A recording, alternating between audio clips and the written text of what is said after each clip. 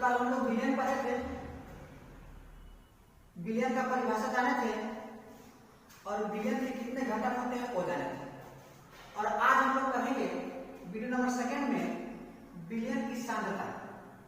अब बिलियन की सांद्रता का मतलब क्या होता है, यानी कि बिलियन की सांद्रता किसे कहते हैं, उसका हम लोग परिभाषा जानेंगे। तो लिखेंगे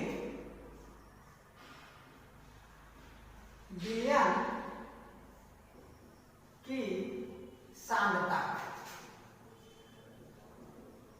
लिखकर के हम लोग डैश देंगे।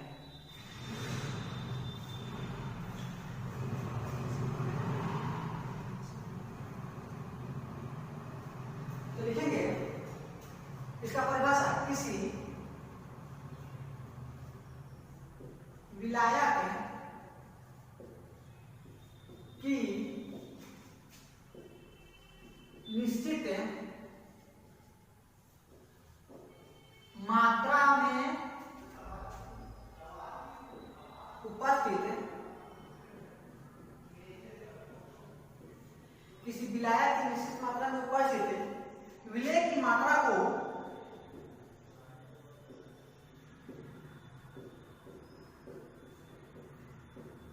बिलियन की सांद्रता कहते हैं। चलिए अब थोड़ा सा इसको समझ लेते हैं, यानी कि किसी विलायक की निश्चित मात्रा में उपस्थित विलेय की मात्रा को बिलियन की सांद्रता कहते हैं। अब विलायक का मतलब आप समझ रहे हैं कि विलायक का मतलब जल होता है और विलेय का मतलब होता है जल में नमक घोलना, चीनी घोलना, ग्लूकोज घोलना। तो किसी विलायक की निश्चित, यानी कि निश्चित मात्रा में होना चाहिए। जैसे मान लेते हैं कि 1 गिलास पानी में 1 चम्मच नमक, वो निश्चित मात्रा है। 1 गिलास पानी में 2 चम्मच नमक, वो निश्चित मात्रा है। तो निश्चित मात्रा में ही विलेय होना चाहिए, उसे क्या कहते हैं, बिलियन की सांद्रता कहते हैं। अब थोड़ा सा इसका पाठ करेंगे, फिर आएगा मुख्य रूप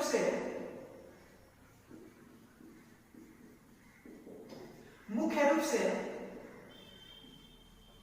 बिलियन की सांद्रता निम्न प्रकार से होती है। देखिए इसका भाग होता है, हम लोग 8-10 भाग करेंगे और सबका परिभाषा जानेंगे और परिभाषा के बाद में सबका फार्मूला जानेंगे और फार्मूला जान करके उसके बाद में 5-6 यानी कि 5-6 मिलकर हम लोग क्या करेंगे, बनाएंगे। इसलिए चैप्टर कितना होता है, इंपॉर्टेंट होता है। चलिए तो यहाँ लिखा है कि मुख्य रूप से बिलियन की सांद्रता निम्न प्रकार से होती है। अब देखिए तो मुख्य रूप से बिलियन की सांद्रता निम्न प्रकार में होती है। तो यहाँ पे देखिए सबसे पहले आएगा mass percentage. Mass percentage, percentage का मतलब होता है 100%, या इसको बोल सकते हैं हम लोग वेट प्रतिशत, WEIGHT, वेट प्रतिशत। कहने का मतलब यानी कि द्रव्यमान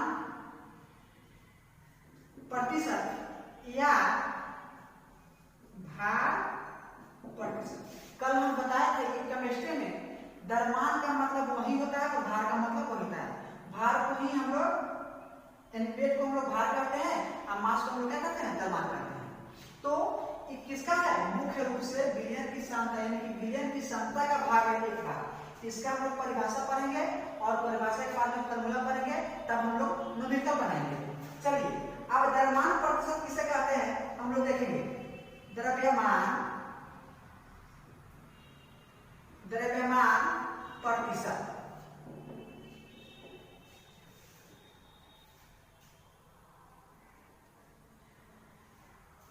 चलिए अब यहां हो जाएगा किसी बिलियन के 100% में उपस्थित 100% में उपस्थित है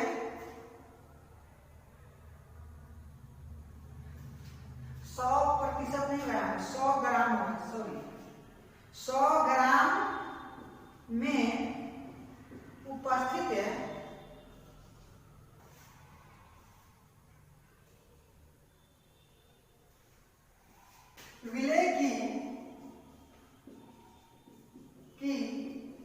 ग्राम में मात्रा को द्रव्यमान प्रतिशत या भार प्रतिशत कहते हैं। अब यहां देखिए, मास प्रतिशत यानी कि द्रव्यमान प्रतिशत या वेट प्रतिशत यानी कि भार। वेट मतलब भार का WEIGHT होता है। अब चलिए, द्रव्यमान प्रतिशत या भार प्रतिशत परिभाषा क्या है, यानी कि किसी विलयन के 100 ग्राम, क्या 100 ग्राम, प्रतिशत का मतलब 100 होता है, 100 ग्राम में उपस्थित विलय की ग्राम में मात्रा को द्रव्यमान प्रतिशत या भार प्रतिशत कहते हैं। सबसे पहले इसको हम मिटाएंगे और इसका फॉर्मूला लिखेंगे। फॉर्मूला बहुत इंपॉर्टेंट होता है।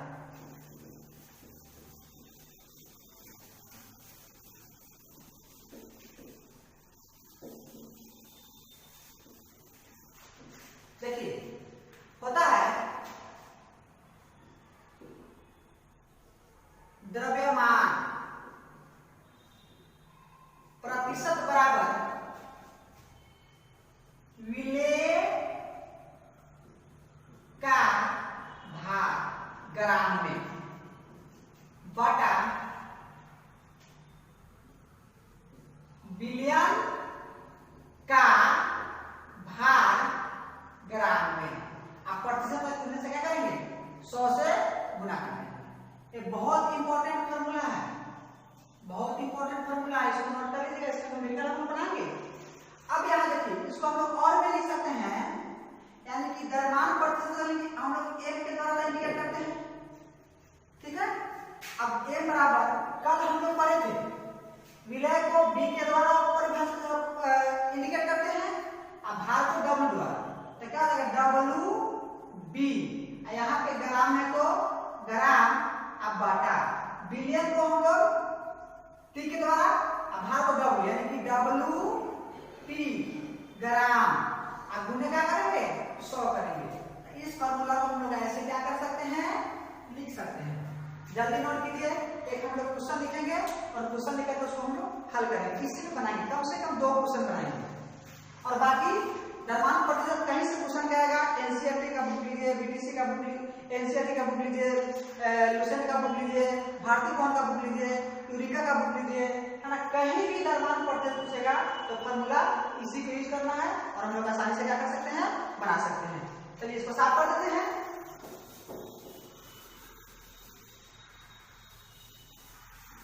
चलिए एक क्वेश्चन लिखते हैं।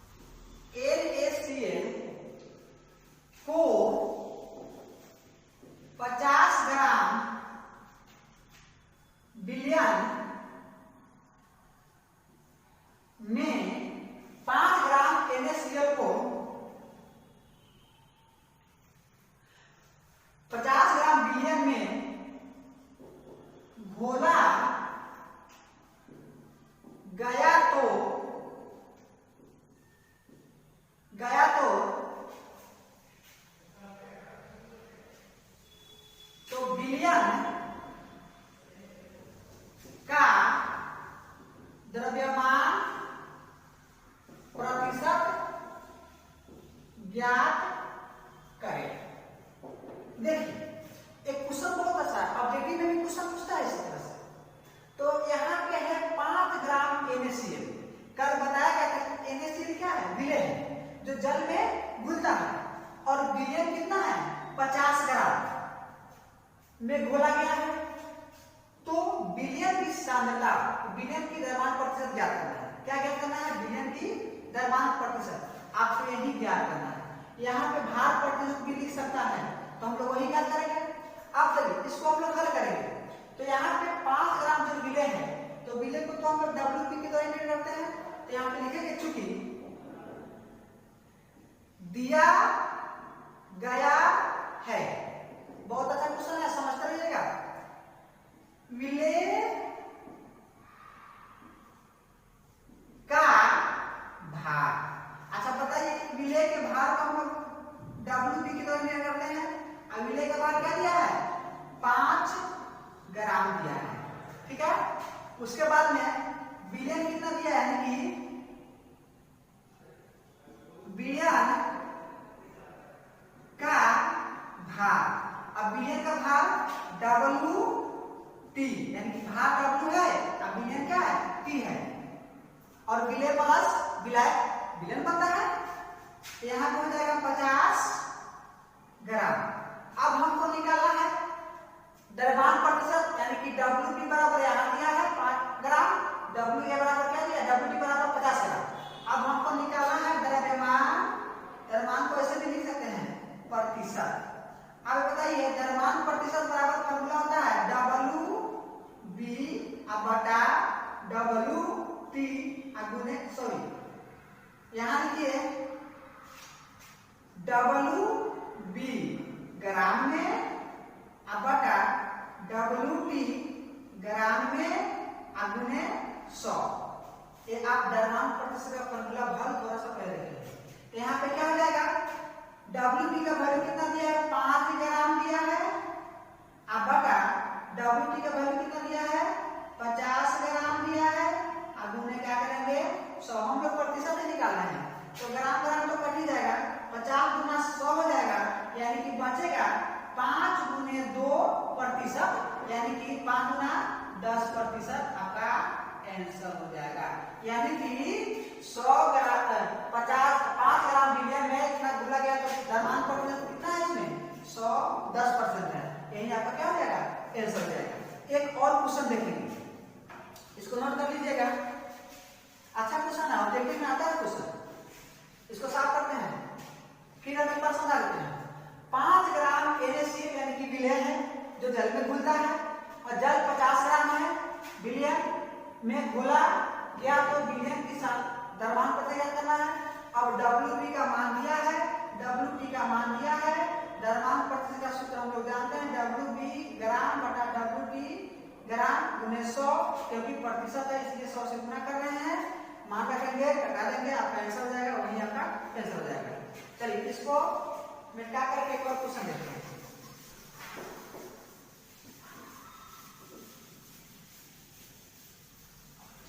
चलिए क्वेश्चन नंबर 2, क्वेश्चन नंबर यानी कि 2 नंबर क्वेश्चन।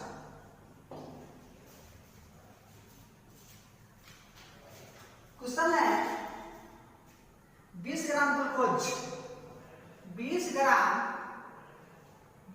ग्लूकोज है। ग्लूकोज का सूत्र होता है C6H12O6।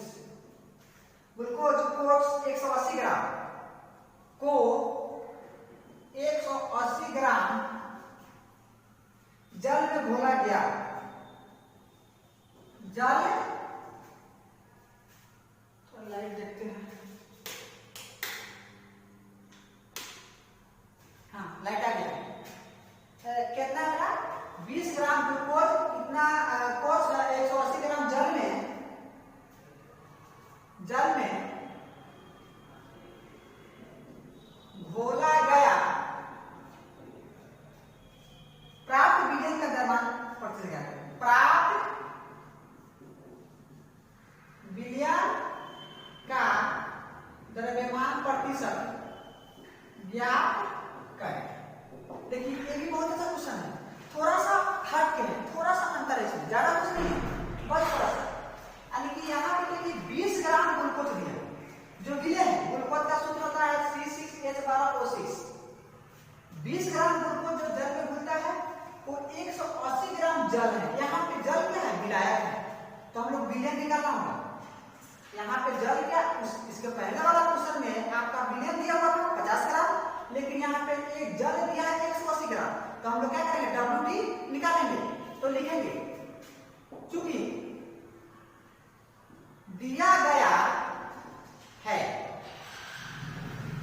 यहां पे दिया गया है विलयन का भार। अब इसमें विलयन क्या होगा? 20 ग्राम ग्लूकोज है,